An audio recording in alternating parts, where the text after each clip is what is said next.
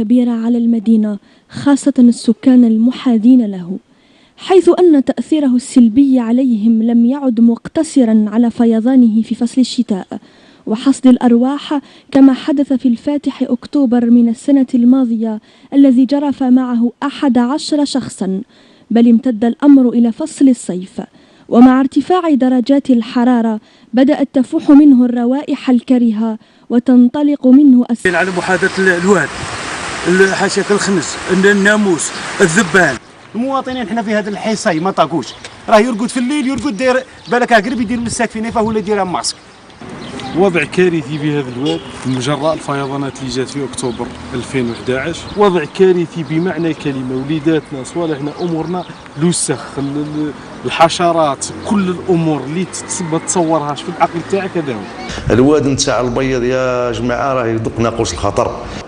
احنا اتصلنا بالسلطات المحليه واتصلنا بالسيد رئيس السيد والي الولايه اللي اعطانا رسائل وجهها للوزارات المعنيه وعلى راسهم وزاره الموارد المائيه، وكان فيه اتصالات حتى عبر الهاتف مع السيد الامين العام لوزاره الموارد المائيه، لكن رانا داخلين على الشهر الثامن، لا رد لا اجابه لا حياه لمن تنادي.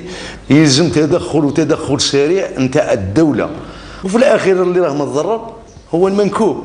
يامس منكوب في اول اكتوبر منكوب من كارثه ربانيه، واليوم راه منكوب من عدم ردود وصايه من وزارات معنيه، على راسهم الصحه، على راسهم الري. هذو لازم يدخلوا رانا نعانوا. في منظر يحيلنا الى سنوات عابره ظن البيضيون انهم تخلصوا منها الى الابد. السبب يعود إلى كون القائمين على شؤون الري أنجزوا القناة الرئيسية للصرف الصحي وسط الوادي التي لم تصمد أمام فيضانات الفاتح أكتوبر الماضي، تاركة إياها على هذا الحال دون أن يتحرك أحد لإصلاح الوضع.